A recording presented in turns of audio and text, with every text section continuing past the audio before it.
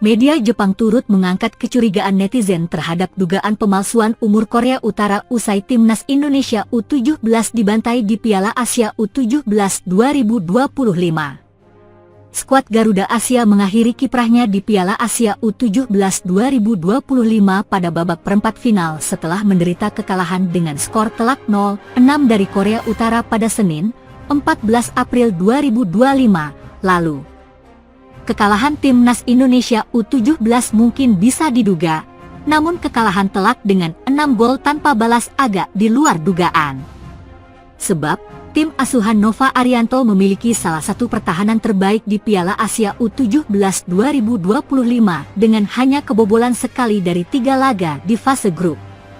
Mereka memenangkan ketiga laga melawan Korea Selatan, Yaman, dan Afghanistan untuk menjadi juara grup C. Setelah laga, sejumlah netizen menyoroti kualitas fisik pemain Korea Utara yang dianggap tidak seperti pemain berusia 17 tahun.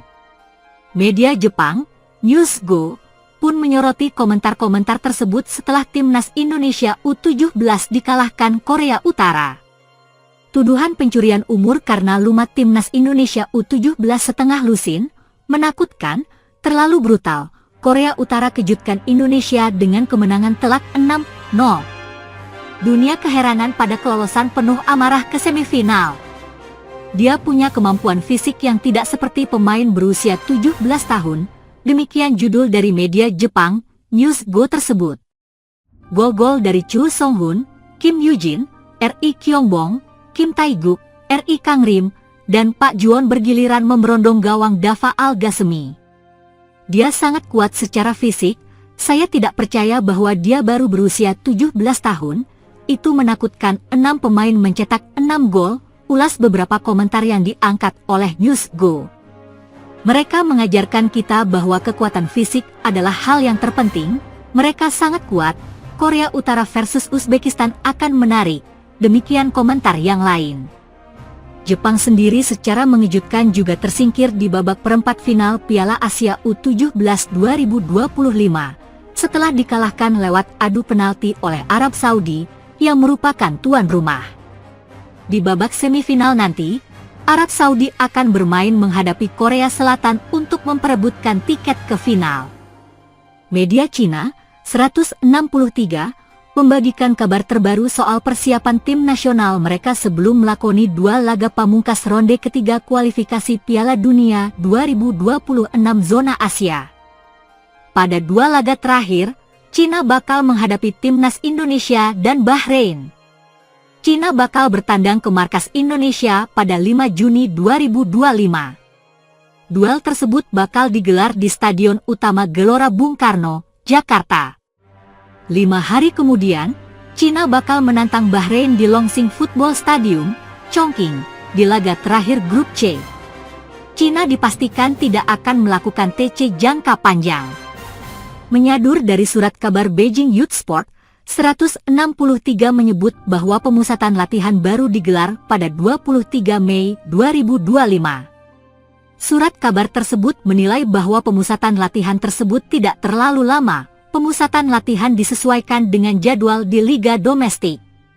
Agenda itu digelar setelah menyelesaikan pekan ke-13 Liga Cina pada 18 Mei 2025 dan putaran ketiga Piala Cina 2025 pada 20 hingga 22 Mei 2025. Liga Cina sendiri bakal rehat hingga 12 Juni 2025. Artinya, persiapan baru bisa digelar mulai 23 Mei 2025 untuk menyambut duel melawan timnas Indonesia. Cina hanya memiliki 2 pekan persiapan. Artinya, sebelum laga tandang melawan timnas Indonesia pada 5 Juni 2025, Cina hanya memiliki waktu kurang dari 2 minggu untuk pemusatan latihan, tulis 163.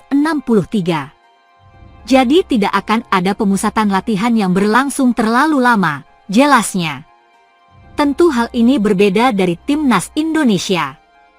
Jika menilik jadwal kompetisi domestik atau Liga 1, Cina bakal menikmati waktu libur lebih lama dari Indonesia.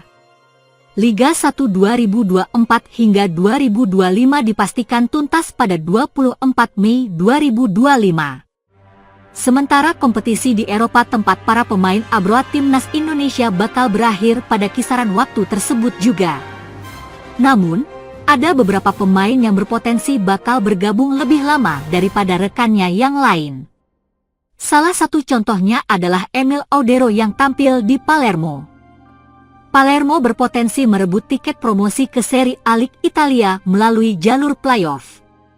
Jika lolos sampai babak final playoff promosi, Emil Audero berpotensi tampil sampai 1 Juni 2025. Tentu, waktu ini harus dimanfaatkan dengan baik oleh Emil. Pasalnya, Emil Audero bakal berpeluang besar melakukan debut saat berjumpa Cina karena bakal absennya Martin Paes yang terkena skorsing. Federasi Sepak Bola Cina, CFA, resmi berencana mengajukan hal ini ke AFC sebelum tim Naga menantang timnas Indonesia.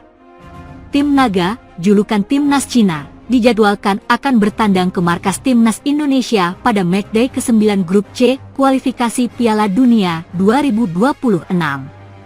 Sesuai jadwal, duel kedua tim pada putaran ketiga itu bakal dilangsungkan di Stadion Utama Gelora Bung Karno, SUGBK, Jakarta, Kamis, 5 Juni 2025. Duel kontra timnas Indonesia menjadi laga krusial bagi Cina.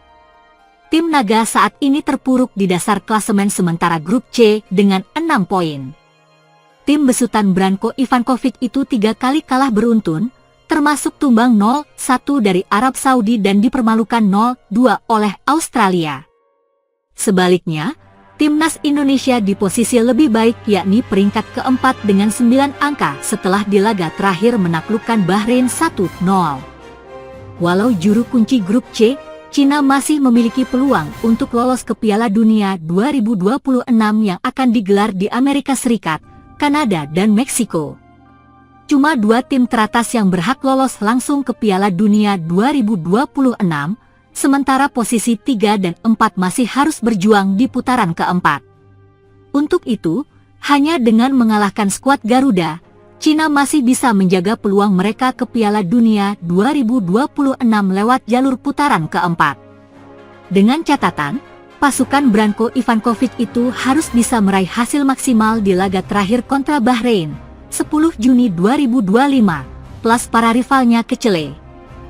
Kembali ke menjelang laga terdekat kontra timnas Indonesia, Federasi Sepak Bola Cina, CFA, resmi akan mengajukan permohonan ke AFC. PSSI-nya Cina itu resmi mengumumkan rencananya untuk mengajukan permohonan menjadi tuan rumah Piala Asia U20 2027. Menurut laporan di laman resminya, CFA sedang menjajaki kemungkinan menjadi tuan rumah sebagai asosiasi anggota di ajang tersebut. Pemberitahuan dari Asosiasi Sepak Bola Cina tentang permintaan sebagai tuan rumah untuk Piala Asia AFC U20 2027 bunyi pernyataan CFA di laman resmi mereka, dikutip Rabu, 16 April 2025. AFC baru-baru ini meluncurkan permintaan area kompetisi untuk tahap final Piala Asia AFC U20 2027. Untuk terus mempromosikan pengembangan sepak bola remaja, setelah penelitian, Asosiasi Sepak Bola Cina berencana untuk mengajukan permohonan menjadi tuan rumah ajang ini, tambahnya. Saat ini kami tengah meminta informasi mengenai keinginan masing-masing asosiasi anggota untuk menjadi tuan rumah area kompetisi, tulis laman resmi PSSI-nya Cina itu. Sebagai informasi, Piala Asia U20 2027 rencananya akan digelar pada Maret atau April 2027. Periode acaranya adalah 18 hari.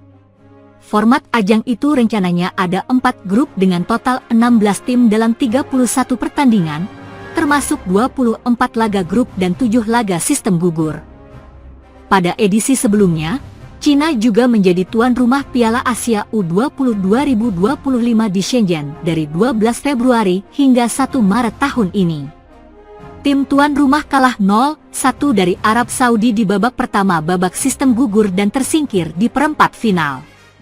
Sementara itu, timnas Indonesia U20 tersingkir dari fase grup Piala Asia U20 2025. Jens Raven dan kawan-kawan gagal bersaing dengan Uzbekistan, Iran dan Yaman.